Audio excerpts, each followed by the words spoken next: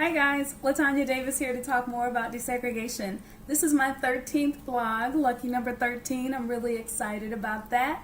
We're just keep on trucking and keep on moving on. So, great news. I'm really excited. I got my first speaking engagement in October.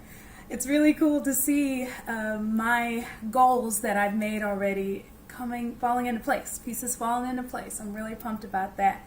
It's my goal to speak to teachers and students all over the world and talk about my story, which will help other people, other teachers and other schools help students that are going through a lot, that like I did. I was talking to my cousin in Chicago yesterday, and we were talking about how your story is yours and no one else can take that from you. It's what you went through and no one else can take that. It's what you have.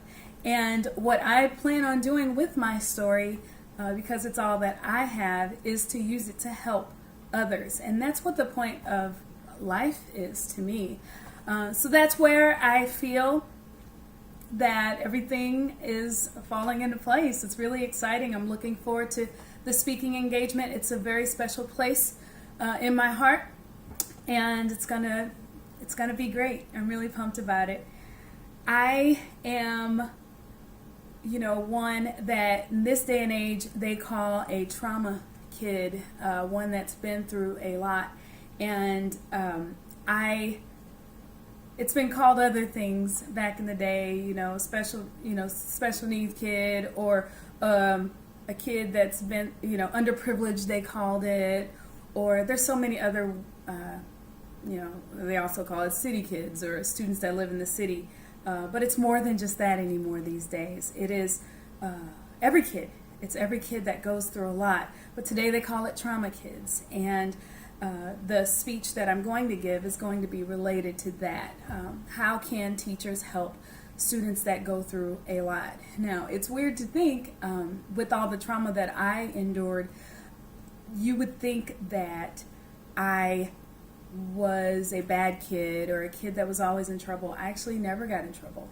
I was the quiet kid that just slipped through the cracks. I was that middle kid that teachers don't worry about because they always do what they were told. They always follow directions. And however, not all students are like that. When I was a teacher, I've definitely dealt with students that were trauma kids and saw the things that they went through. And there were ways that I had found out were the best to help students like that. You can't save them all. And that's one thing you have to learn as a teacher. It's hard to realize as a teacher that you can't save them all because you have the ones that are dear to your heart. However, it is really important that we find ways to get them. How can we hook those kids and be able to build relationships with them in order to help them learn? And, which is the main part of being a teacher, is to teach so they can learn. And, building relationships was the most important thing for me to do as a teacher. It was so important, more important than even teaching the lesson to me. And, another thing I did was I tried to see them outside of school. Doing that helped a lot with discipline and getting to know the parents. Sometimes that helped, sometimes it wasn't helpful.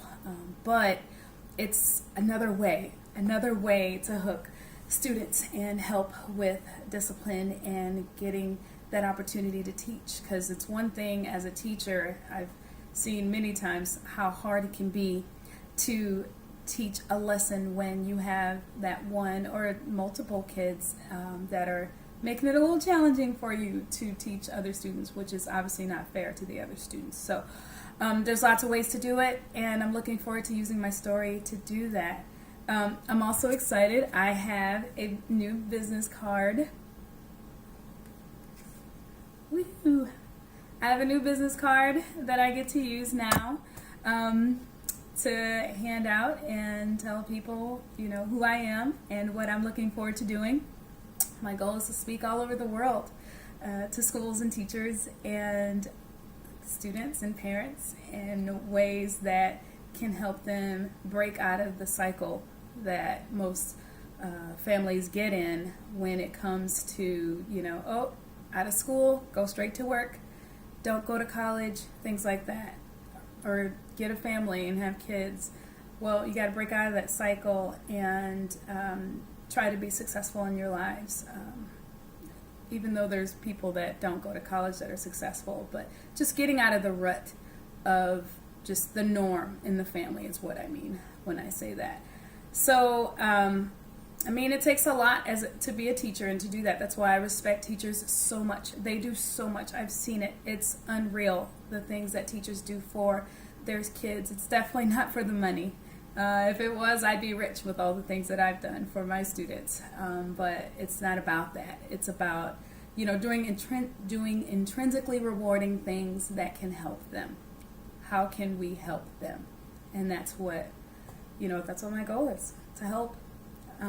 So the plan next is just to research next week on the history of desegregation, the program in St. Louis, getting exact dates and events that occurred, and doing a little more networking. That'll help a lot. So with that said, please feel free to like, comment, share my channel or my videos, and I would love to hear from anyone that has some questions. So guys, have a great day, and I will talk to you later. Thank you.